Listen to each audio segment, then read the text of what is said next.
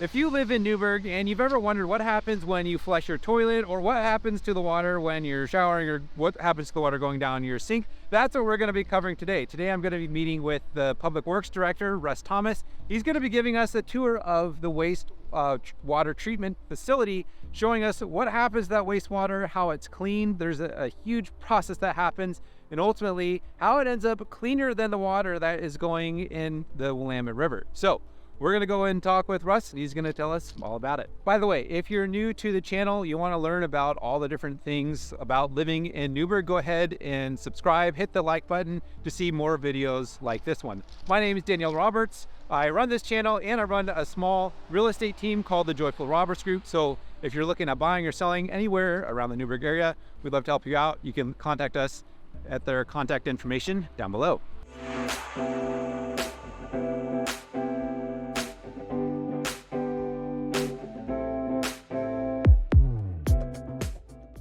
All right, we're coming up to the office, and Russ is gonna let us in. Hey, Russ, Hi, how you doing? Good Thanks to see for you. coming by. Yeah. Welcome to the City of Newberg's wastewater treatment plant. So we're at the influent pump station. 100% of all sewage wastewater that we have in town come into this station to be pumped up in that treatment plant. The reason we pump it all is so that we don't have a lot of pump stations throughout town.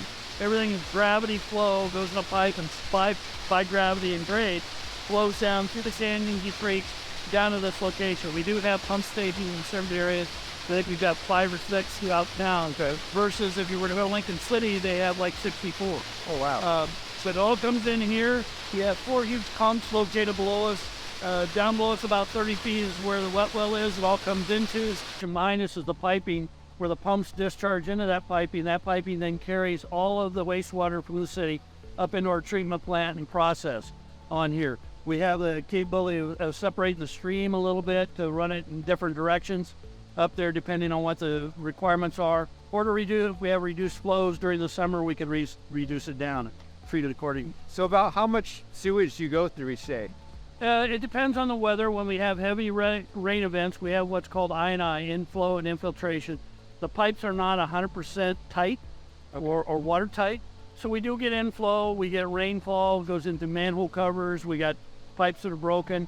So in the wintertime, we can vary anywhere from 4 to 18 million gallons, depending on the rainfall event. We get million gallons? 18 million gallons in one day. If we have a severe rainfall event where we have 3 or 4 inches and it's flooded the creek, people will see Hoover Park, it becomes a lake. It's going into manholes, and we can't stop that. It's a natural event.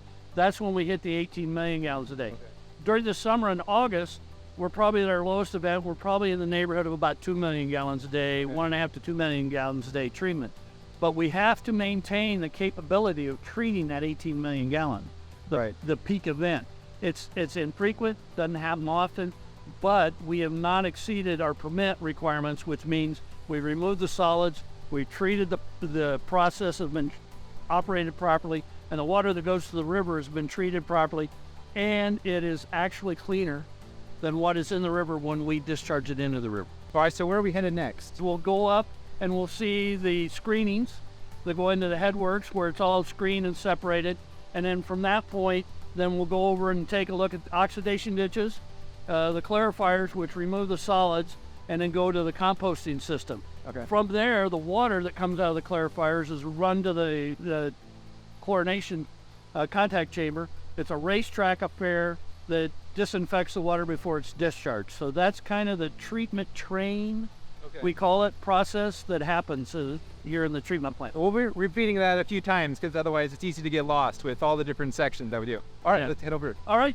All right, so we're heading to the next step in the process. And again, Russ, thanks for letting us come and take a look at this. So how much land is taken up in this wastewater process? We have approximately 20 acres here. It's been fascinating to just see how big it is. Now I understand why my wastewater bill is so big every month. There's a lot of equipment. Well, and there's a lot of equipment to maintain, and part of what we do is protecting the environment.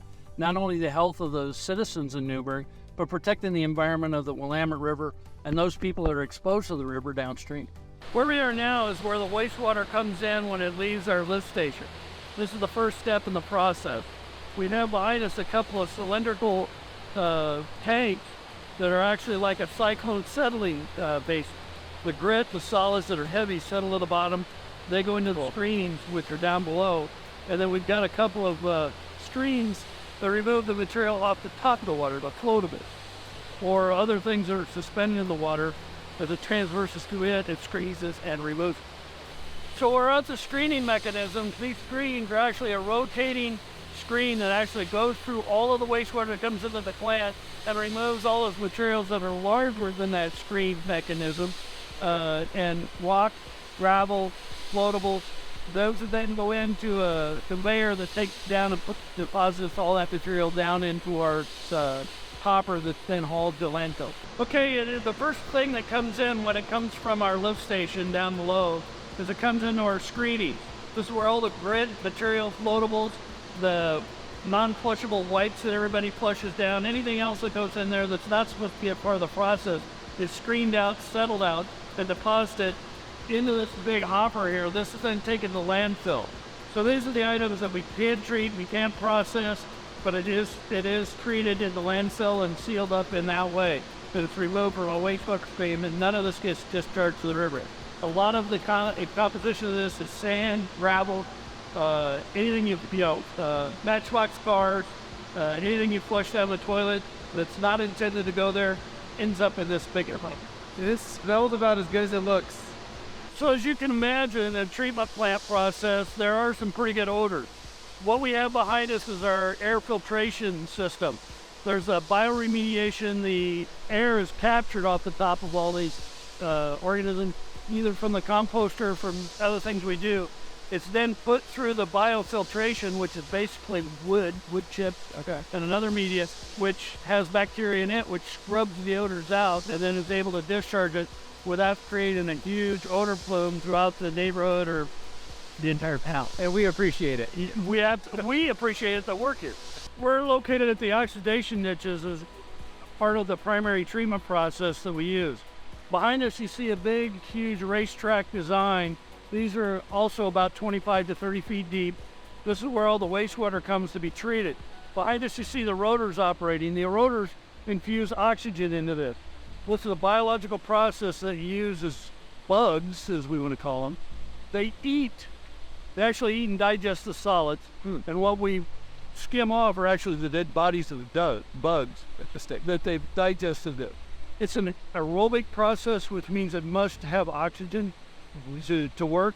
Septic tanks are anaerobic, which means the bugs that are in those are similar, but they can't have oxygen to survive and work. This process works very well. Once we get through this process, it goes to the clarifiers. It's separated out. The solids go to the sludge storage tank. The clean water then is pulled off the top of that, exits out to the chlorination basin, and then discharged to the river. So we're at one of the clarifiers. When the wastewater comes up from our lift station is screened, then it's then sent to the clarifiers. The clarifiers allow the solids to settle to the bottom. These are about 30 feet deep. The clean water then goes through the weirs on the top and then is run through the process for treatment to go out to the river and be disinfected. The solids are then collected, sent to the oxidation ditches where they're further treated by a biological process and then transferred to the sludge storage tanks, transferred to the solids handling building, into the compost, and out the gate in the back of pickup truck. Where we have our polymer tanks that has the polymer for coagulation code, and other chemicals we may need to add in an event of emergency to help settle out the solid and do that. So the older it here below us is another room that has all the pumps and mechanical equipment in it that enables us to get one pump system about the land. So from the clarifier that we just saw, it comes in here. No, this is a addition to the material that's in the clarifiers. It doesn't actually go in the clarifier. Some of this is going to the SST, some of it's going out to the oxidation, and this just tends to be the only facility that's in the middle of the clarifier. Below us is the pumps that operate, pump all the material, the solids out of the bottom of the clarifier, then send it to the oxidation. This is also where the sodium hypochlorite is mixed and generated. We generate bleach out of the sodium hypochlorite for the disinfection. What you see behind us is the generators that turns that sodium hypochlorite into a bleach that we make a concentrate. Listen, what's used in disinfection. We're below ground now in the pump building. These are all the pumps, the return activated sludge, the waste activated sludge. This is where the pumps suck the solids off the bottom of the clarifiers, and we either send it over to the SSD or we send it back to the oxidation ditches for further treatment. So you can hear it's kind of noisy in here. This runs 24/7, but if we don't have this equipment running, this plant does not operate. This is kind of the, if you can imagine, the heart of how the old process works, because we need these pumps to move things between all the different processes in the treatment scene. We're now at the sludge storage tanks. This is one of the processes that happens right before it goes into the solids handling building. The solids in here is what's taken out through settling into clarifiers, which are basically the third step in the process. This solids here, we feed oxygen into it to help thicken it a little bit more, to get some of the water out of it before it goes in. But this is all the solids that the process has removed from the treatment process, leaving us just with water that we treat and then discharge to the river. Okay, we're in the solid handling building. All the materials that have been removed and have been stored in our sludge storage tanks through the treatment process come in here. We have screw presses, which basically are centrifugal screws that press the water out of the sludge so we get a higher solids content. We also add a little bit of polymer to it to help it congeal, kind of like cottage cheese. Okay. But then we squeeze it so we get as dry a product as we can before it's then transferred into the composting facility. We're in the solids handling building. Is where the solids that have been removed from the wastewater are condensed through a ductile compactor over here that actually separate the water and squeeze it. Okay. Squeeze with sponge. It scrapes the solids off. Well, later here, dropped on a belt, and move over into our compost. All the added to the sawnuts for how about. Yeah. So we're in the mixing room for the compost. This is the next step in the process after we remove the solids out of the wastewater stream and thicken them to a certain content. They're then fed into a giant mixer after a plug mill mixer, where our dried sawdust is then added to it. If Nick crew a plug mill mixer over here, imagine a giant mixer you'd have in a kitchen, where you mix it up, and then from there it's set over into our tongue reactors, which are like giant trash compactors laid on their side. The compost dumps into there, we compact it, and it takes about a 2 to 3 week transition period to get from one end to the other. The temperature is raised to 55 degrees Celsius minimum for 3 days, which kills all bioorganisms in it, renders them totally inert, and makes the compost safe for application in anything we have. It's a Class A compost, which is unrestricted use. So basically everything in it's dead except everything's in it's dead. Okay. Either by the heat, generally is the generation of the heat, and if you look up the number 55 degrees Celsius, we try to keep from not setting it on fire, but get it plenty hot enough. And the carbon from the sawdust is what the heat mechanism is. It also reduces the moisture content and makes it a permeable solution of compost that's easy to work with. Okay, we're outside the control room for the composting facility. Behind us is the control panels and some of the monitoring stations that they have to monitor the operation of the composting system. There's a diagram on there. We also have cameras throughout the system to where one individual, rather than running from spot to spot to spot, can actually quickly take a look at it and see if there is an issue that they have to deal with. But this is where they monitor the whole thing. And again, we're all computerized again, whereas we used to have to switch all these switches, turn them on, turn them off, then monitor the process. Now it's all done through computerized today. So what we have behind us here is our patented sawdust drying equipment.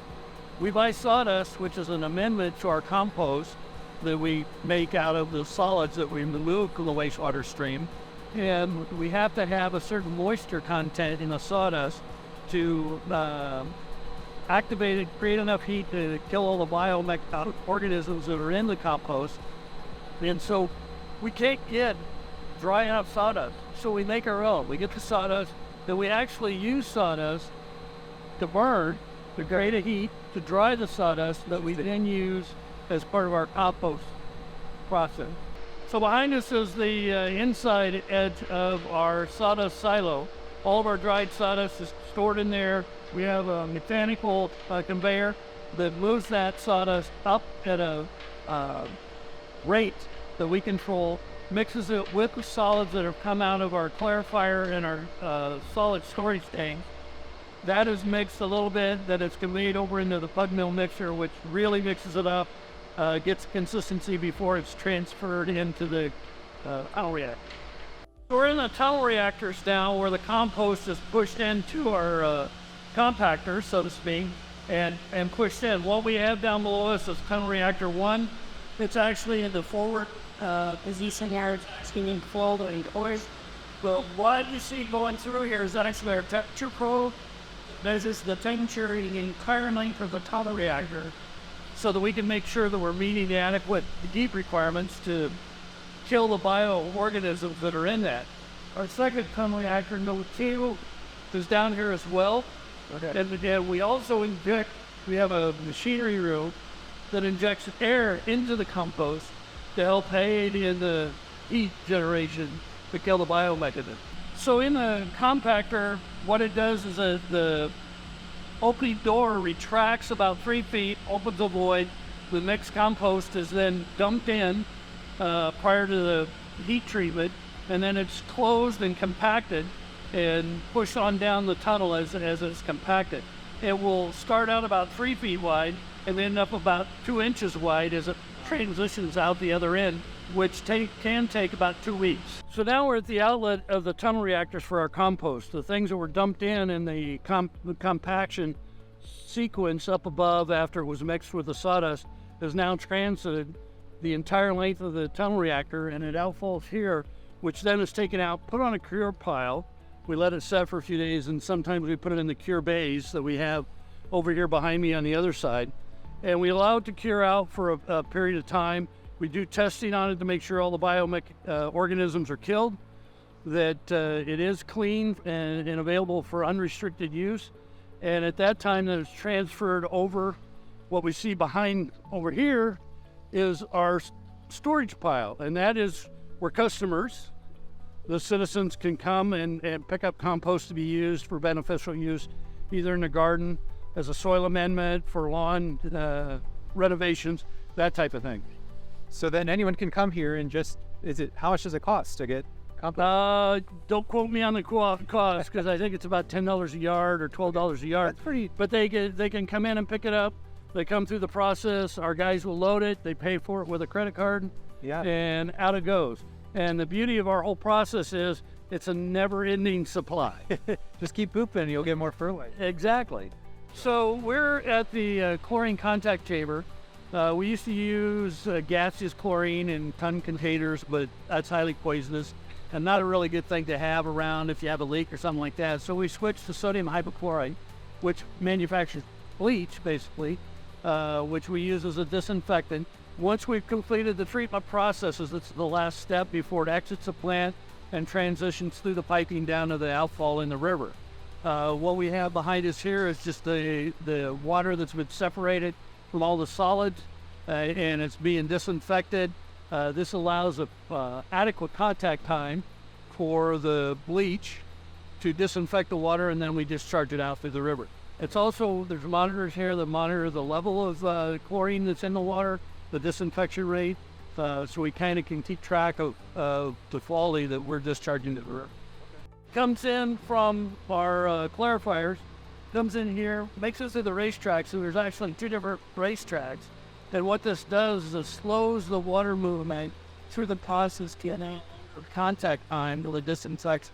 And then as it goes out that building, that's where it exits out to the outfall. And the monitors are in there that monitor what's coming in and what's going out. So now we're in our tertiary treatment facility. One of the things that we have done with the wastewater effluent is beneficial reuse.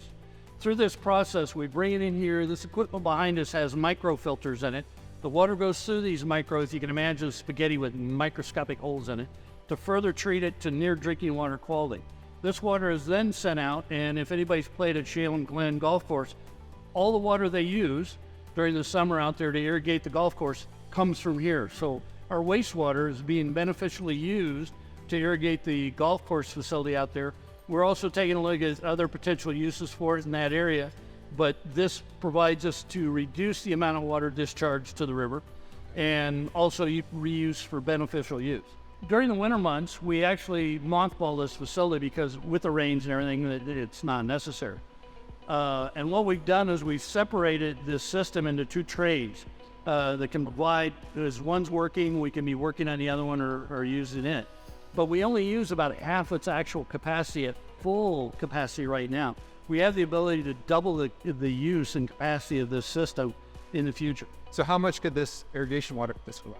We can provide up to 2 million gallons a day on a very good day if everything's working like it's supposed to. And, mechanical things being mechanical things, that doesn't always work that way.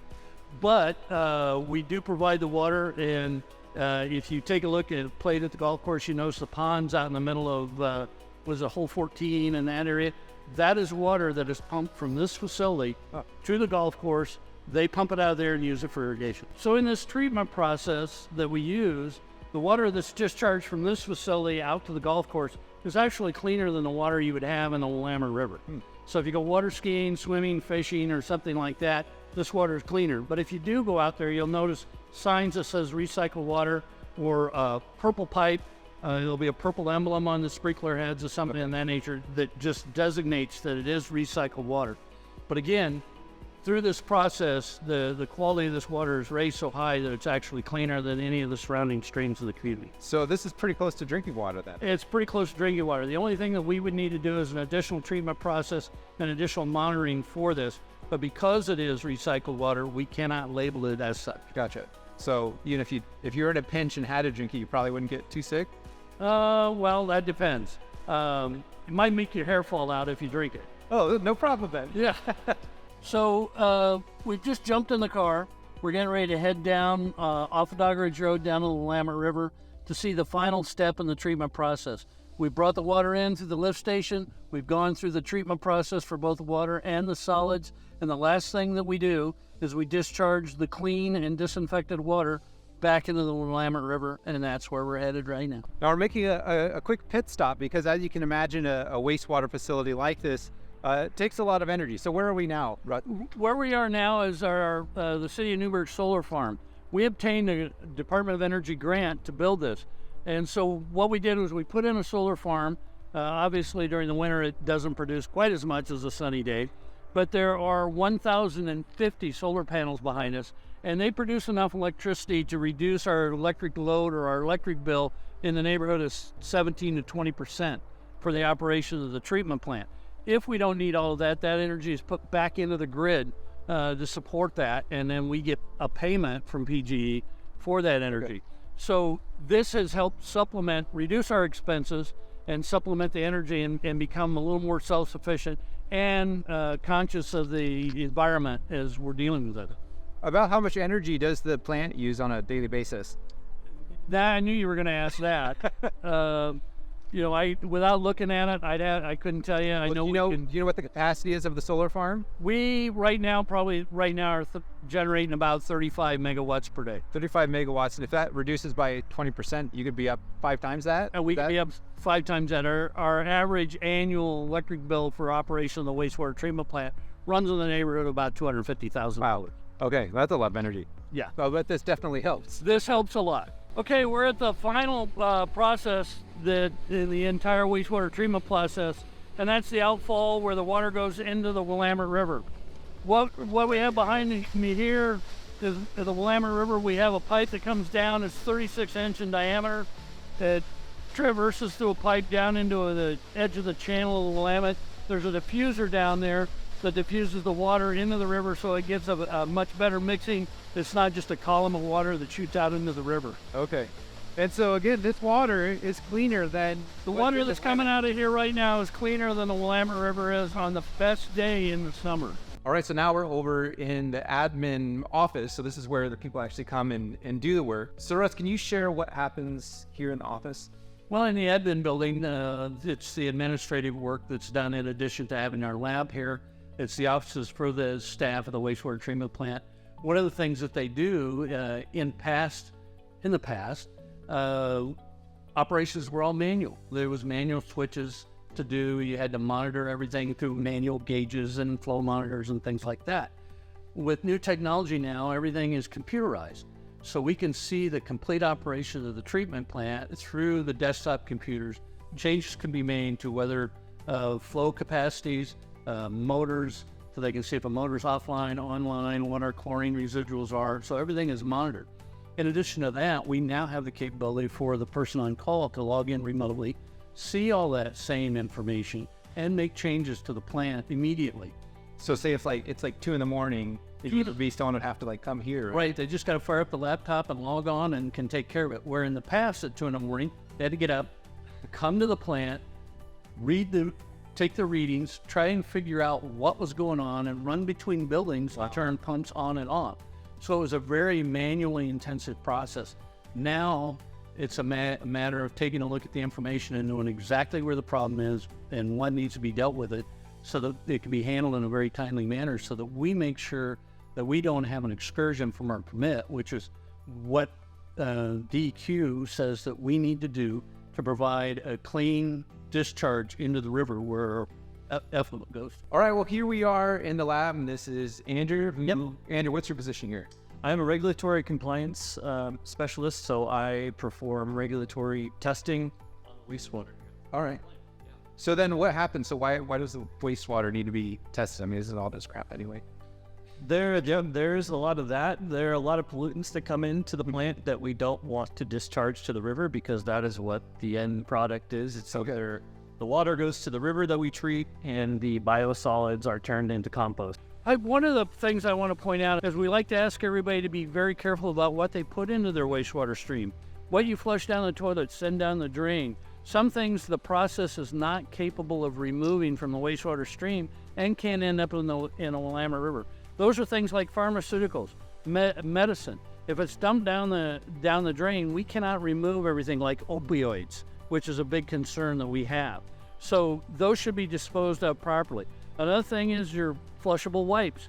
Not all wipes are flushable. In fact, most of them are not, and they cause tremendous problems, not only in the collection system pipes that get the sewage here, but in the mechanisms we operate. So we ask people to not flush those so-called flushable wipes down there, and be very careful about where you dispose of pharmaceuticals. We do have a disposal at the Newberg Police Department where they can get rid of that, or you can take them back to your local pharmacy to be disposed of rather than flushing them down the toilet.